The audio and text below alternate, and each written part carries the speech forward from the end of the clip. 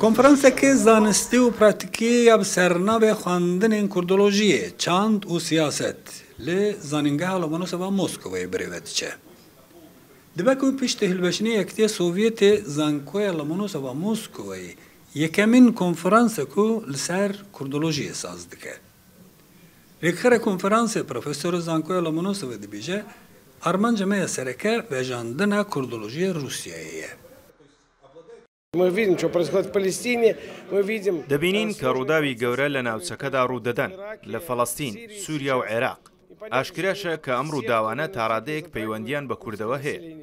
هەر بۆیە پێویستە ڕۆژهەڵاتناسی رووسیا ببێتە مەرجێک بۆ پسپۆڕان. ئەوانەی لەسەر بنەمای زانینی زمان، کولتور و نەریت و سیاست پەروەردەکراون دەتوانن ڕوانگەیەک دروست بکەن کە ئەو ڕوانگەیەش دواتر ببێتە بەشێک لە ڕۆشنبیری رووسیا.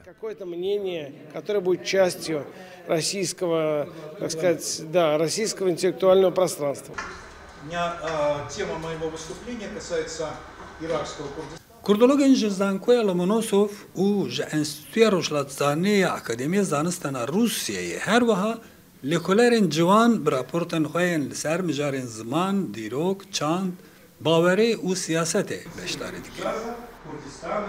Gerekî pê van konferanse ne tenê biaxivin seva pirsgirêkê çira Kurdistan tune yan çira Kurdistan vê hebe.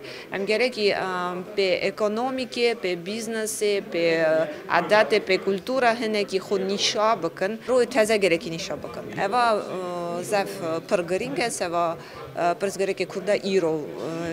Fikrê min ase wekî em gerekî ne tenê em Kurd gerekî Kurdî bizanbin, Kurdî hînbin. Na.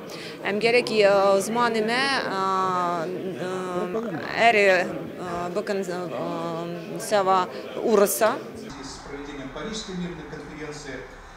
Rusya demeke dirêj li cihanê wek navendekî giring a kurdolojiyê dihat naskirin.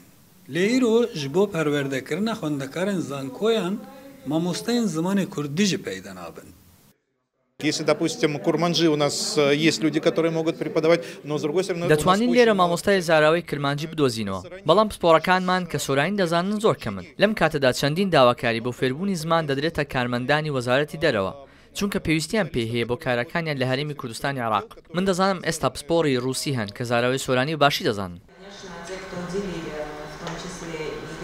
Bi hilweşînê Yekîtiya Sovyetê ra li Rûsyayê kurdolojî vekî zanist gihîşt bû nêzê asta sifirê û ev yek wekî diyardeya nêmana baldarî Rûsyayê bo mijara Kurd û Kurdistanê jî dihat dîtin.